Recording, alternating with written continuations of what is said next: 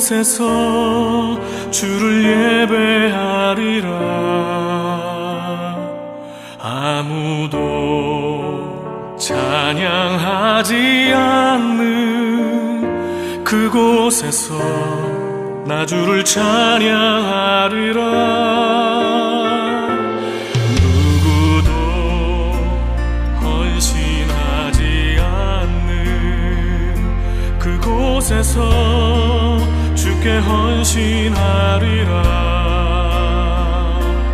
누구도 증거하지 않는 그곳에서 나 주를 증거하리라.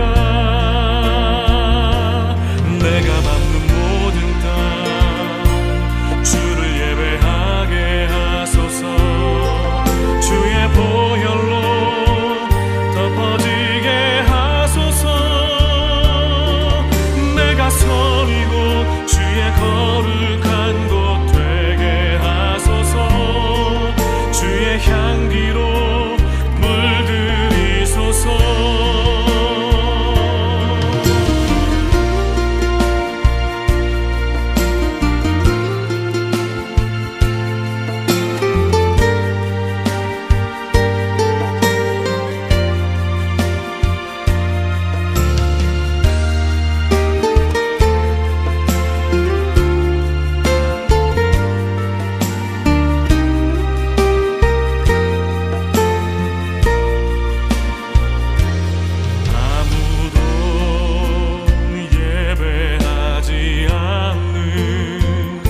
그곳에서 주를 예배하리라. 아무도 찬양하지 않는 그곳에서 나 주를 찬양하리라. 내가 밟는 모든 땅 주를 예배하게 하소서. 주의 보혈로 덮어지게 하소서. 내가 서리고 주의 거룩한 곳 되게 하소서. 주의 향기로 물들이소서. 내가 밟는 모든 땅 주를 예배하게 하소서. 주의 보혈로 덮어지게 하소서. 내가 서리고 주의 거룩한 곳 되게 하소서. 주의 향기로 물들이소서. 주의 향기로 물들이소서. 주의 향기로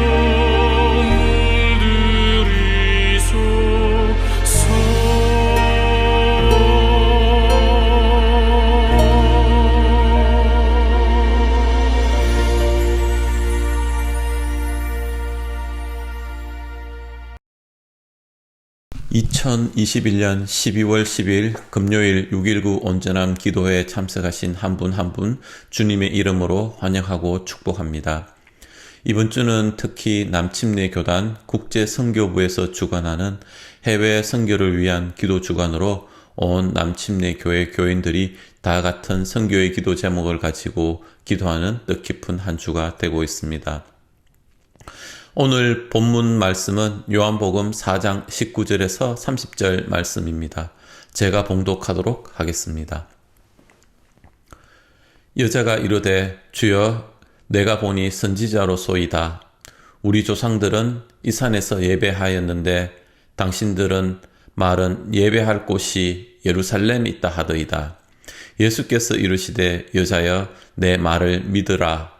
이 산에서도 말고 예루살렘에서도 말고 너희가 아버지께 예배할 때가 이르리라. 너희는 알지 못하는 것을 예배하고 우리는 아는 것을 예배하노니 이는 구원이 유대인에게서 남이라. 아버지께 참되게 예배하는 자들은 영과 진리로 예배할 때가 오나니 곧 이때라. 아버지께서는 자기에게 이렇게 예배하는 자를 찾으시느니라. 하나님은 영이시니 예배하는 자가 영과 진리로 예배할지니라. 여자가 이르되 메시아 곧 그리스도로 하는 이가 오실 줄을 내가 아노니 그가 오시면 모든 것을 우리에게 알려주시리이다. 예수께서 이르시되 내게 말하는 내가 그러하시니라. 이때 제자들이 돌아와서 예수께서 여자와 말씀하시는 것을 이상히 여겼으나 무엇을 구하시나이까? 어찌하여 그와 말씀하시나이까? 묻는 자가 없더라. 여자가 물동이를 버려두고 동네로 들어가서 사람들에게 이르되 내가 행한 모든 일을 내게 말한 사람을 와서 봐라. 이는 그리스도가 아니냐 하니 그들이 동네에서 나와 예수께로 오더라. 오늘의 본문은 여러분과 제가 잘 아는 유명한 사마리아 수가성의 여인 혹은 우물가의 여인으로 잘 알려져 있는 예화입니다. 예수님과 제자들은 유대에서 갈릴리로 가는 중에 사마리아를 지나가게 되었습니다. 사마리아 지역에 있는 수가성에 도착하면서 일어난 일화입니다.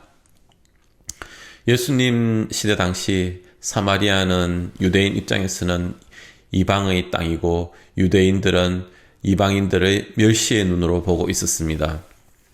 그리고 그런 상황들을 이방 사람들도 잘 알고 있었겠지요.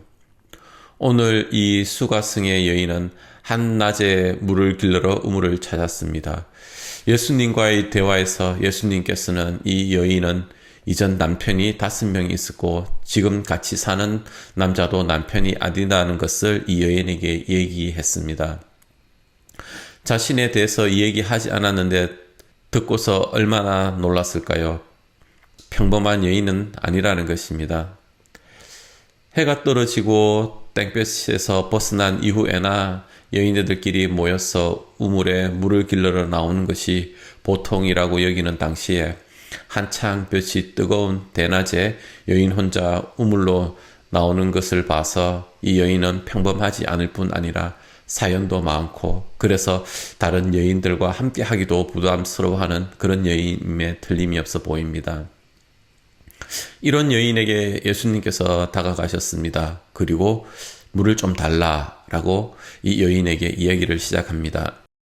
예수님께서 정말 목이 말라서 이 여인에게 물을 달라고 하셨을까요?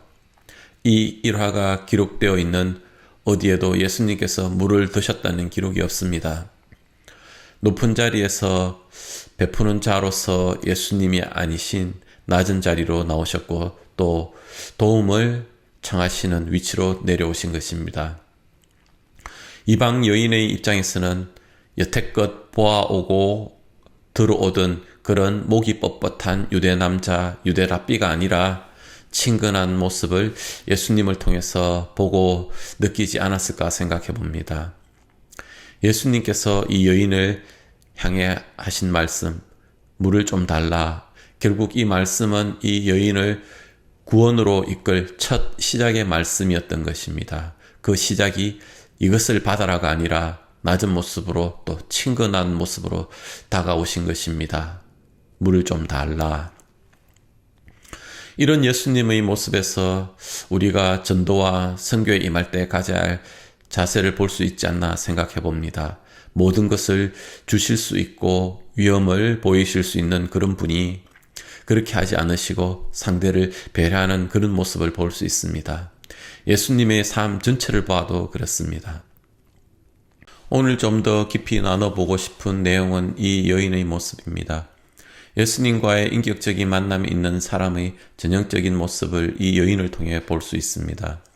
4절에 여인이 예수님을 향해 하는 말 중 당신은 유대인으로 라고 하는 부분이 있습니다. 이 여인이 예수님을 처음 만났을 때 그냥 유대 남자로 생각했다는 것입니다.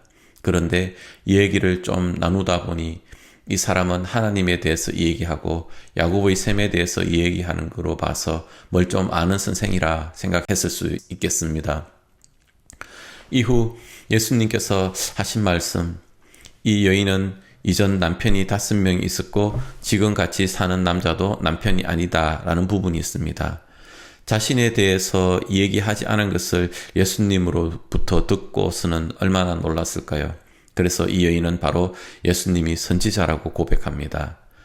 이 여인은 예수님을 선지자로 알고서 가장 먼저 묻는 것이 예배에 관한 것이었습니다. 예수님을 인격적으로 만난 사람은 먼저 생각하고 찾는 것이 예배인데 이 여인이 예배에 관해서 얘기합니다. 예수님께서는 친절하게 예배에 관해서 이 여인에게 얘기해 주십니다. 23절과 24절에 아버지께서 참되게 예배하는 자들은 영과 진리로 예배할 때가 오나니 곧 이때라. 아버지께서는 자기에게 이렇게 예배하는 자를 찾으시느니라. 하나님은 영이시니 예배하는 자가 영과 진리로 예배할지니라. 라고 예수님께서는 이 여인에게 예배에 관한 것을 얘기해 주십니다. 이후 예수님과의 얘기를 좀 더 하면서 이 여인은 메시아에 대한 얘기를 꺼내게 되고 예수님은 본인이 메시아, 그리스도라고 얘기했을 때 그 말씀을 그대로 받아들였습니다. 우리가 예수님과의 인격적인 관계가 깊어지게 될 때 진정 예수님께서는 누구이신지를 알게 됩니다.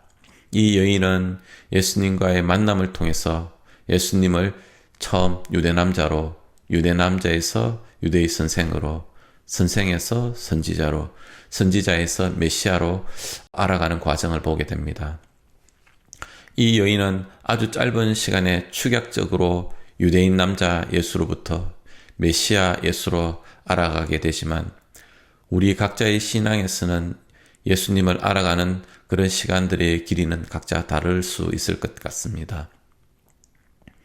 이 여인은 예수님께서 그리스도이심을 알게 된 이후 가장 먼저 한 일이 물동이를 버려두고 동네로 들어가서 자신이 만난 예수님께서 그리스도이시다라는 것을 전하는 일이었습니다.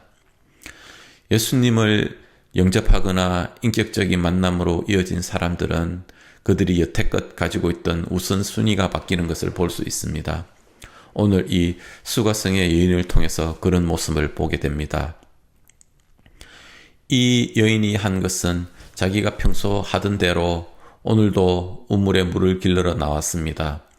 여인은 자신과 가족을 위해 육신의 목을 축일 마실 물이 필요했던 사람이었습니다. 그런데 이 여인은 예수님을 그리스도로 알았을 때 완전히 바뀐 모습을 보여줍니다. 육신의 필요를 채워주기 위해 필요했던 물동이를 버려두고 동네로 들어갔습니다. 이 여인은 육적인 갈급함보다 영적인 갈급함이 더 급한 사람이지 않았나 생각해 봅니다. 그 영적인 갈급함을 채워줄 분이 예수님이신 줄 알았을 때 동네로 들어가서 자기가 메시아를 보았다고 얘기함으로 동네 사람들을 예수님 앞으로 인도하게 되었습니다. 이 여인은 예수님을 만나 육신의 목을 축일 물에서 영적 갈급을 축일 영생의 물로 시선을 돌리게 되고 예수님이 메시아인 줄 알았을 때 자신의 갈증을 해소해 줄 물보다 동네 사람들의 영적인 갈급함에 더 우선순위를 두었던 사람이었습니다. 우물에서 물을 길러다 동네로 들어가서 물을 내려놓고 동네 사람들에게 얘기할 수도 있었을 것입니다. 하지만 그렇게 하지 않았습니다. 우선순위가 바뀐 여인의 적극적인 모습을 볼 수 있습니다. 제가 지금 우리 교회에 출석하고 영접하고 침례를 받고 우리 교회의 일원이 되어 조금은 뿌듯했던 것 중에 하나가 우리 교회가 선교에 최선을 다한다는 것이었습니다. 제가 안수를 받고 집사로 교회에 사역한 지가 8년이 넘어 9년이 되어 가고 있습니다. 안수 집사가 되어서 가장 기억에 남는 것은 수년 전 우리 교회에서 파송하는 1년 단기 선교팀에 우리 안수 집사님들과 목사님의 자녀들이 지원을 했고 이들이 집사회에 와서 지원하게 된 이유와 간증을 하고 집사님들 그리고 선교팀에 지원한 이들이 다 같이 눈물로 뜨거운 기도로 이들을 축복하고 중보했던 것입니다. 그리고 몇 달 후 교회에서 이들을 선교지에 선교사로 파송했던 일이 있습니다. 우리가 파송한 그 선교사들이 우리의 자녀들이고 우리의 친구들이었습니다. 그리고 그들이 선교지에 나가 있는데 이들을 위해서 부모로서 또 친구로서 기도하지 않을 수 없었을 것입니다. 우리의 자녀들이, 우리의 형제들이, 우리 친구가, 우리 부모님들이 선교의 현장에 나가 있다면 이들을 위해서 매일 최우선으로 중보 기도하지 않을 수 없었을 것입니다. 이번 한 주 선교에 대해서 생각하고 묵상하면서 내가 놓치고 있거나 내가 우선순위에서 잘못하고 있는 것들이 무엇인가를 한번 생각해 보았습니다. 지금 우리는 각 목장과 마을에서 지원하고 기도 후원하는 선교사님, 선교지가 정해져 있을 것입니다. 또 우리 교회에서 파송한 선교사님들 있습니다. 매주 기도를 하지만 목장 모임에서 매주 같이 기도하지만 간혹 있고 못하고 흘려보냈던 모임들이 생각나는 한 주가 되고 있습니다. 그 선교사님이 우리의 형님 가족이고 동생 가족인데 목장 모임에서 그들을 위한 우리의 기도를 잊을 때가 있었구나. 저 자신이 참 부끄럽게 생각되는 한 주가 되고 있습니다. 우리는 이런 말을 하기도 듣기도 합니다. 인생은 선택의 연속이다. 순간의 선택이 삶을 좌우한다. 우리는 매일 크건 작건 간에 선택을 하게 됩니다. 그 선택들이 모여서 우리의 삶을 이끌고 이를 통해서 이끌려온 우리의 삶이 각 개인의 역사로 남지 않나 생각합니다. 인생에서 큰 결정들을 통해서 우리의 삶이 바뀌는 순간들도 있겠지만 오늘 이것을 할까 저것을 할까 이것을 먼저 할까 저것을 먼저 할까 우리가 매일매일 하는 선택들이 인생을 바꾸는 그런 결정은 아니더라도 큰 의미가 없어 보이는 선택들이 많이 쌓여서 우리 삶의 방향을 유지하거나 바꿔나가지 않나 그렇게 생각합니다. 우리는 선택의 기준은 각자가 가지고 있는 우선순위에 의해서 결정된다고 봅니다. 오늘 저와 여러분 또 저와 여러분께서 속한 목장이 우리가 파송하고 지원하는 선교사님들을 위한 기도가 저와 여러분 그리고 우리 목장이 하고 있는 중보 기도 가운데 최우선 순위에 두는 작지만 의미 있는 실천이 있으면 좋겠다는 생각을 해봅니다. 우리가 할 수 있는 일에 우선순위를 두고 실행할 때 그 일을 이루어 가시는 분은 예수님이십니다. 오늘 읽은 본문 이후 42절에 그 동네 사람들이 이 여인에게 얘기하는 부분이 있습니다. 그들이 믿는 것은 그 여인의 말로 인함이 아니라 그들이 친히 들은 예수님의 말씀을 통해서 예수님이 구세주이심을 알게 되었다라고 고백합니다. 오늘은 동아시아에서 선교하시는 선교사님들을 위해서 기도합니다. 본인들이 가진 물동이를 내려두고 종족 간 분쟁이 끊이지 않는 동남아시아에서 선교를 하시는 선교사님들이 많이 계신데 그중 스펜서 선교사님 부부의 이야기를 영상을 통해서 보시고 기도 안내서의 여섯째 날의 내용을 함께 읽으시고 동남아시아에서 사역을 하고 계시는 선교사님들을 위해서 같이 기도하시겠습니다. 사도행전 12장에는 모든 사람이 언급했을 법한 많은 지정학적인 일들이 헤드라인을 장식하고 있습니다. 그렇지만 그 배후에는 아무도 모르게 하나님의 나라가 그 당시 알려진 세계에 들불처럼 퍼지고 있었습니다.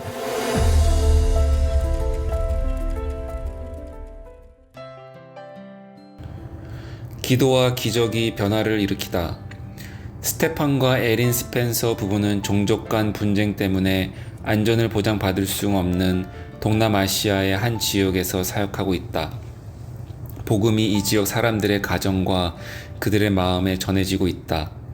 맘마라는 이름의 여성이 성경 이야기를 듣고는 자신의 가족에게 살아계신 이 하나님께 뭔가 있을 수 있다라고 말했다. 맘마는 자신과 다른 사람들을 주님께 인도하게 된 기적적인 기도 응답을 목격했다. 가족에게 귀중한 돼지에 관한 기적이다. 어느 날 맘마의 딸은 돼지가 죽었다는 안타까운 소식을 들었다. 이 지역에서 돼지는 2-3개월 수입에 맞먹는 금액을 받고 팔 수 있기 때문이었다. 맘마는 마을 사람들이 모여있는 돼지 우리로 걸어갔습니다. 스테판이 설명한다. 그녀는 기어서 돼지우리로 들어가 무릎을 꿇고 하나님 살아계시다면 그 증거를 이 사람들에게 보여주세요 라고 기도했는데 죽은 돼지가 일어났습니다. 맘마는 예수님을 믿고 다음날 침례를 받았다. 코비드19 이후 11명이 침례를 받았다.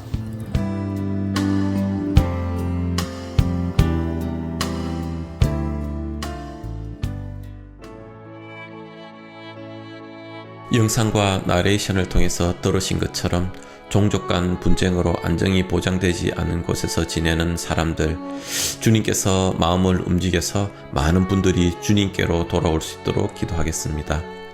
그리고 이런 지역에서 사역하고 계시는 스펜서 선교사님 부부와 또 많은 선교사님들이 안정과 사역을 위해서 기도하겠습니다.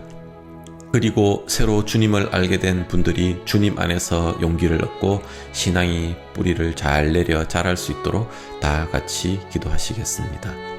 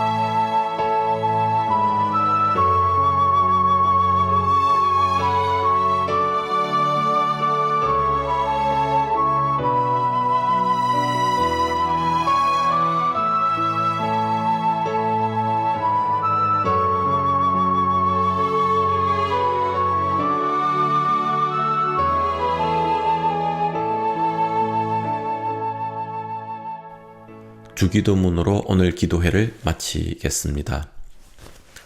하늘에 계신 우리 아버지여, 이름이 거룩히 여김을 받으시오며 나라가 임하시오며 뜻이 하늘에서 이루어진 것 같이 땅에서도 이루어지이다. 오늘 우리에게 일용할 양식을 주시옵고 우리가 우리에게 죄 지은 자를 사하여 준 것 같이 우리의 죄를 사하여 주시옵고 우리를 시험에 들게 하지 마시옵고 다만 악에서 구하시옵소서. 나라와 권세와 영광이 아버지께 영원히 있사옵나이다. 아멘.